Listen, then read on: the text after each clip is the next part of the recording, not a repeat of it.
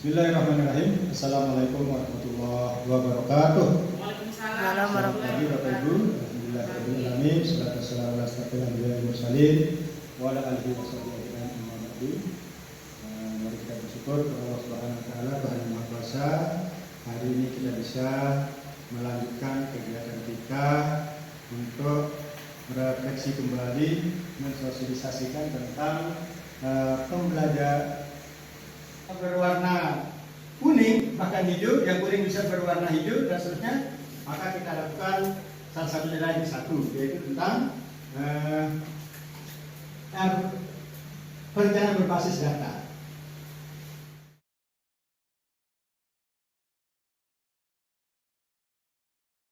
Yang lakukan adalah bagaimana Bapak Kepala Sekolah atau saya membagi tugas kepada Bapak Ibu Guru dengan SK Kepala Sekolah untuk mengeksplor raport pendidikan itu di masing-masing indikator, ya, di masing-masing indikator. Misalnya, Ibu Halimah akan mempelajari tentang literasi, kemudian Pak Hardiman akan mempelajari tentang numerasi. Nah, di masing-masing indikator itu kita bagi 5 sampai 6 orang untuk bereksplor di PNM. Jadi walaupun dia sudah berwarna hijau, kemudian tetap kita bagi tugas kepada teman-teman untuk bereksplor di situ. Tujuannya supaya jangan sampai yang tadinya berwarna hijau di salah satu indikator itu kemudian kita tidak sentuh, akan berikutnya menjadi turun nilainya.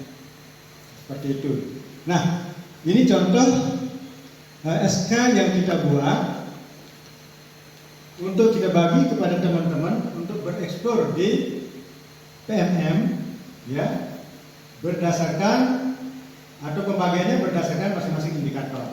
Nah, seperti ini SK Kepala Sekolah yang kita buat. Nah, kalau boleh saya bacakan. Yang pertama di bagian literasi yang tadi nilainya adalah 46,80 atau masih berwarna kuning, kita tugaskan Pak Hardiman, Ibu Masita, Bu Nani, Pak Dewi dan seterusnya untuk bereksplor tentang literasi. Kemudian di bagian numerasi yang masih berwarna merah, yang nilainya adalah 37,78, itu kita tugaskan Pak Muaz, kemudian Bu Sahrul Susanti, Bu Azomah Rahmani, Bu Luh Made Mawar untuk bereksplor di PNM tentang numerasi.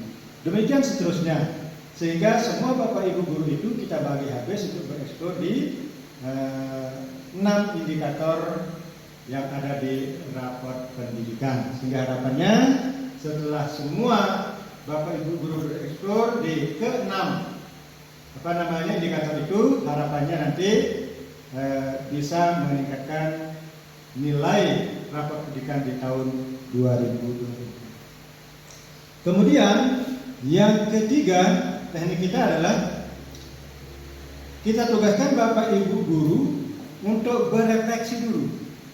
Pada saat mereka atau Bapak Ibu Guru melakukan pembelajaran di kelas, apa sih kebutuhannya? Baik itu material tentang pembelajarannya atau bentuk kegiatan-kegiatannya, sehingga pembelajaran di kelas itu menjadi menarik. Nah, di sini kita berikan dia format. Format itu Bapak Ibu Guru bisa mengisinya sedemikian rupa sesuai dengan kebutuhan pembelajarannya. Nah, misalnya sebagai contoh Ibu Sahrul, itu nama kegiatannya atau nama barang yang dibutuhkan dalam pembelajarannya apa? Kemudian volumenya berapa, satuannya apa. Nah, kalau masalah harga nanti kita sesuaikan dengan kondisi lapangan. Contohnya Ibu Sahrul Susanti, oh ternyata untuk pembelajarannya dia membutuhkan jaringan WiFi yang lebih, ya, yang kapasitasnya lebih. Kemudian untuk kegiatan ekskulnya dia butuh alat-alat ekskul seperti alat genggam atau alat drum band. Kemudian untuk yang lain-lain juga dia butuh sebagaimana yang dia sampaikan dalam format yang sudah kita bagikan. Seperti ini. Nah, ini format, salah satu format yang harus diisi oleh semua Bapak Ibu Guru sesuai dengan kebutuhan yang dia tentukan. Nah, dari ketiga langkah yang kami ambil, yang pertama tadi adalah kita membaca rapat pendidikan, kemudian kita membaca akar permasalahannya apa, kita refleksinya bagaimana, kemudian apa yang kita lakukan untuk membenahinya, kemudian kita membagi tugas. Yang kedua, kita membagi tugas kepada Bapak Ibu guru untuk bereksplor di PMM berdasarkan 6 indikator yang ada di rapor pendidikan. Kemudian yang ketiga, tidak hanya kita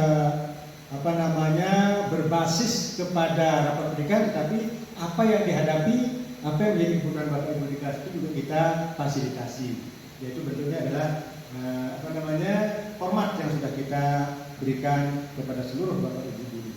Nah, dari ketiga langkah ini ternyata setelah kita lakukan perencanaan berbasis data, kemudian kita eksekusi dalam bentuk kegiatan di RKT, ya, di RKT kemudian kita munculkan dalam RKAS.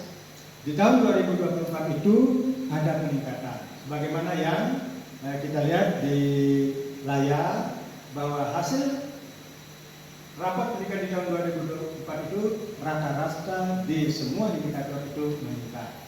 Di bagian orasi, di bagian literasi tetap berwarna hijau, tidak turun, bahkan dia naik. Kemudian yang tadinya di kualitas pembelajaran yang tadinya berwarna kuning, tetap kuning, tapi dia naik beberapa poin. Kemudian di karakter juga demikian. Nah, yang paling nampak di sini adalah perubahannya di bagian numerasi yang tadinya berwarna merah, sekarang naik menjadi berwarna kuning. Dengan hal yang sama yang kita lakukan pada tahun berikutnya, berharap bahwa apa yang kuning ini bisa menjadi hijau di tahun 2025 nantinya. Jadi kesimpulannya adalah yang lakukan adalah bagaimana Bapak Kepala Sekolah atau saya membagi tugas kepada Bapak Ibu Guru dengan SK Kepala Sekolah untuk mengeksplor rapot pendidikan itu di masing-masing indikator, ya, di masing-masing. Ini Pak, ternyata bulan kemarin sampai hari ini permasalahan yang terjadi di sekolah kita yang perlu kita atasi segera secara bersama-sama, maksimal 2 hal.